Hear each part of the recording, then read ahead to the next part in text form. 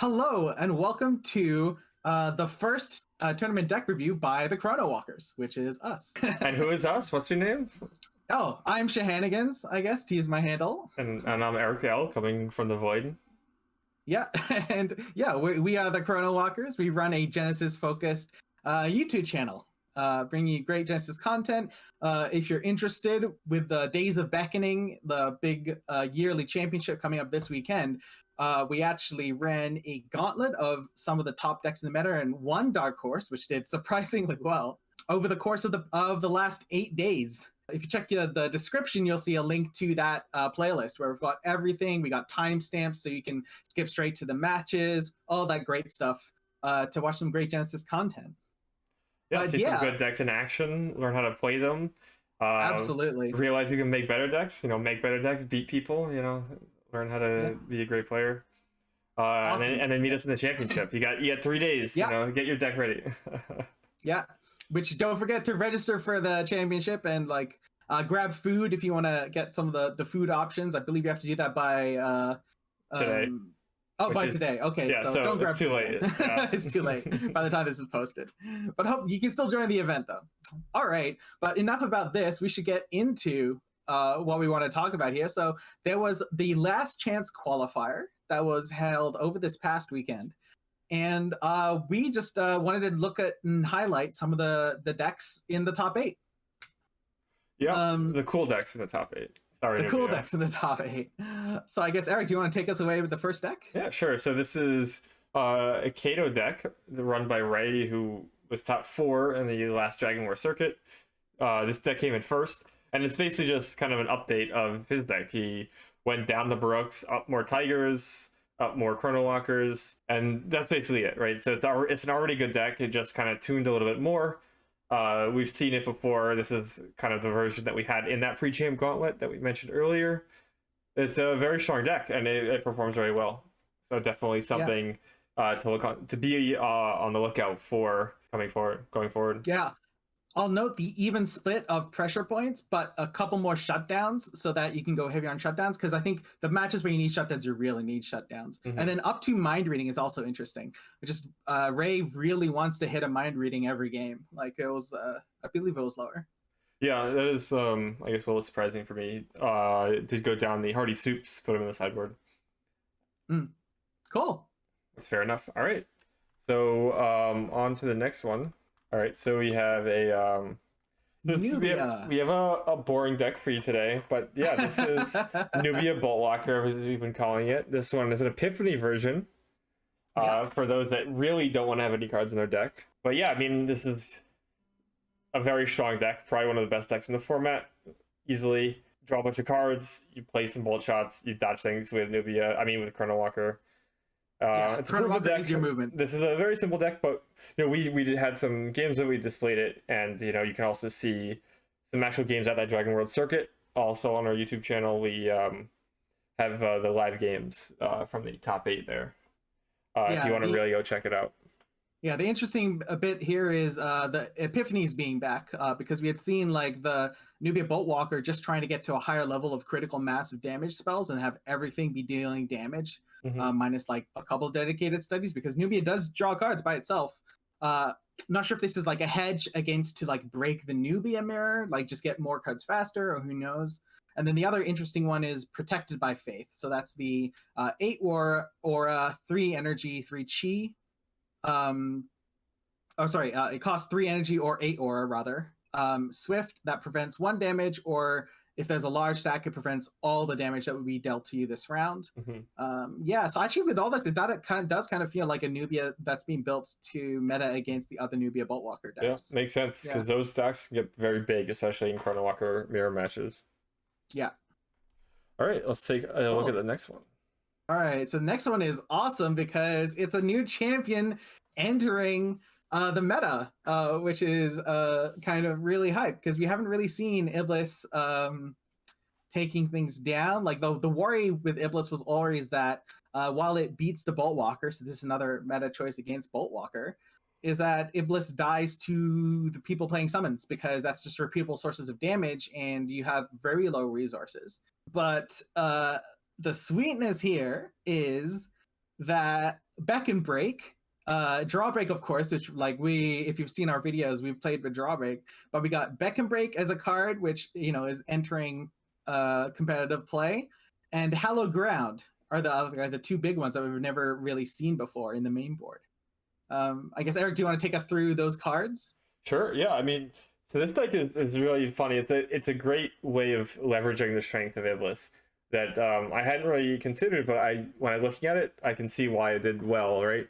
So we have both the breaks. Drawbreak, as you said, amazing card. Beck and Break can put summons on the board, which is something that, as we also mentioned, is kind of Iblis's weakness, that repeatable source of damage. Now you have your own way of doing that. Just for 8 aura, you can get that breakdown, and if you trigger it once, you're actually up 1 aura, sort of, technically. But this deck is built to clearly trigger that a lot. And one thing I like is that if you have 2 breaks on you, or 2 of each break, or 4 breaks total, then at the start of your turn, boom, you can get that 5th divine blessing, modified 5 stack for that 8 health. So I think we have also that card, Divine Blessing, and the Hallowed Grounds as great ways of extending the game, so you can get more and more value out of these breaks. So I can just see you having 3 or 4 Beck and Breaks on you, maybe 1 or 2 draw breaks, and you're just gaining 20 plus health in the game with your Hallowed Grounds, not taking any damage, and just every turn you're just knocking out 3 to 4 3/3s, and that can actually do some good work, which is really cool to see. I'd actually be really interested to try this deck out.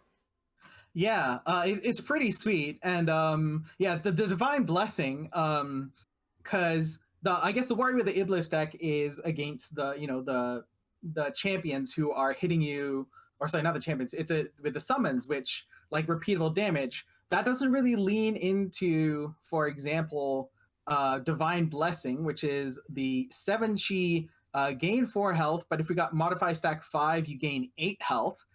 It doesn't really lean into getting to that modify stack 5, but the interaction here is if you've got a couple of drawbreaks and Beck and Breaks, and we're gonna have a couple, we're gonna have probably 4, and 5 every game with this number, right? It's it's 18 out of 50, so that's 36% of our deck.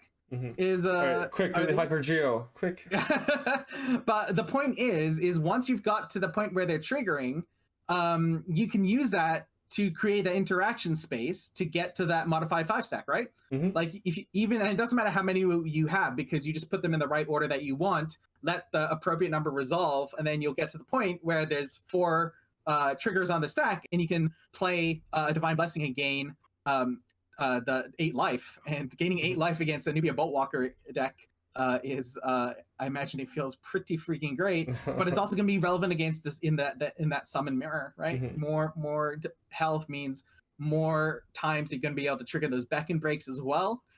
So yeah, really really interesting deck building here. Yeah, and I do like the Electrical Storms. I think it's a good hedge against those summon decks, right? So yes, that's a good idea. I know there's a sideboard in here with bolt shots and stuff. Forethoughts is a little bit over. I wouldn't necessarily trust these Forethoughts that much, but that's okay. All right, moving on to the next one. All right, so now we have Essa. So Essa's kind of an interesting one. Haven't seen Essa at all. Our opinion, or at least my opinion of Essa, has gone down a lot since the start of since Origins released. But we have one that plays pretty well here, and it kind of leverages a lot of this snare. That's been huge, and right hooks, a lot of those. Half the deck is those 2 cards. But then you have Headlock, which is kind of interesting because it's a massive fatigue. Yes. And the rabbit too. So it's this is Essa fatigue. It's interesting. Yeah, no, this is Essa fatigue, which I think is a sweet meta call against all these decks, which especially the Boltwalker decks. That's probably part of the leveraging. I can't imagine the Headlock is going to be as good at hitting on Nubia, because Nubia is always prepped with a Chronowalker in hand. Well, that's why you have Snare, right? But the Chronowalker still takes the hits, but yes, Nubia's still locked in, and you can hit Nubia as many times as you want, right? There's nothing she can do about it. Yeah, and yeah, Gargantuan Rabbit. This is a great, great solid summon. 5 Earth attack, 7 health, and then at 8 chi, admittedly, but yeah, whenever a champion's dealt damage by Gargantuan Rabbit's Earth attack, they pay 6 energy, which is pretty freaking hype. Yeah, and one key thing is it doesn't die to 2 hits of Ajna Tiger. Ajna Tiger has been great at shutting down these 8 chi, 6 health summons, and Gargantuan Rabbit can kind of survive that 1-2, and then turn around and kill the Tiger. So that's kind of cool to note. All right. Cool. All right, Qureen. So Qureen isn't a stranger to competitive play. Like one made the top, I think the top 8. I forget where in the mix it was at the Dragonworld circuit. And yeah, Qureen being known for these awesome manipulations of readjusting, but this one is kind of leaving that, right? Like it's a more aggro in your face Essa, just trying to take advantage of the Qureen, 2 energy. Aggro in your face. Sorry. Yeah, Qureen. Which is something we mentioned in our primer as well, that like there's an alternate build of Qureen that just ignores the readjust. I don't know if this is ignoring the readjust. And goes into fight. Yeah, it's not ignoring. So you got Tsunami, you got readjust, Giant ignores Scorpion. the protective. Oh yeah, the protective. It ignores the protective component of the readjust. Yeah, and just goes all in on just more threats. Yeah. Like we got some sweet awarenesses with Warping Sweep and Water Warp to also grab. Yep. Like not including the Tsunami, which is like love Insane. Essa with the Tsunami. Oh yeah. Qureen. Yes. Oh my gosh. Yeah. Sorry, Qureen. I keep on saying Essa. But yeah, I mean, Hardy Soup, a solid role player as well.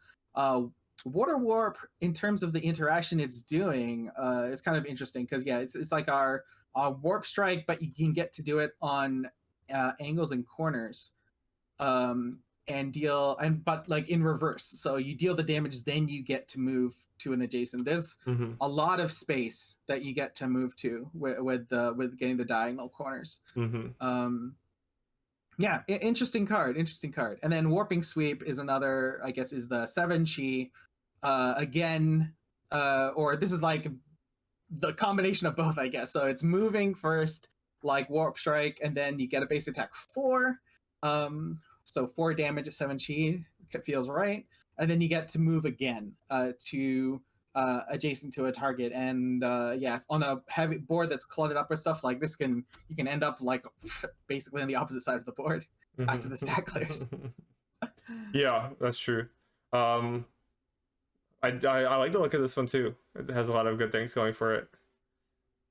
You have it's just some solid damaging cards, a little bit of mobility, and just try to you can really kill somebody fast.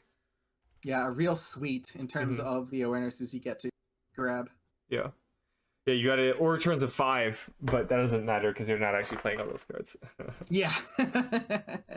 Jason's new Idiris. I don't know if he was trying out something new, just to kind of check his deck building, or maybe this is, who knows, like maybe he doesn't like where the direction he went for the Dragonworld circuit.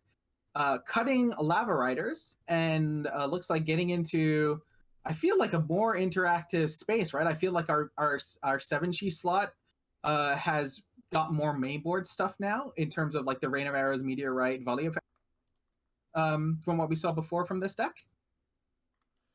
Does this sound right to you? Yeah, actually, you're right. A lot more 7 chi damaging cards in the main deck, and he's taken out all of the Lava Riders. And then we also have the Cackling Scavenger, which is kind of more of that interaction space to kind of deal with these tigers, which I like. Yeah, I'm interested how he uses this. I've also, like, if you haven't tried out Cackling Scavenger, it really feels like against this certain decks, it can shut down almost everything, every method they're using to deal damage. Yep. So definitely one to keep in mind for those chaos decks as a sideboard card.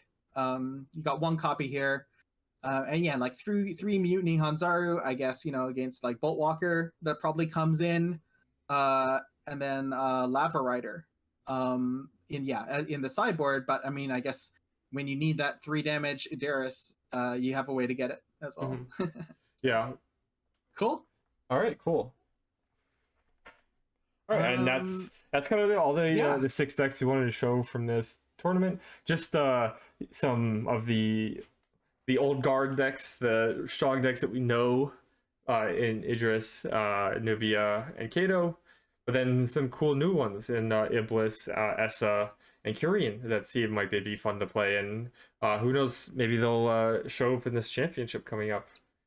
Yeah, I guess for a little bit of data for people to understand, like, not that we're saying that the decks are bad, but how to address this this tournament. It was 3 rounds of Swiss into the cut to top 8, and then 3 rounds there.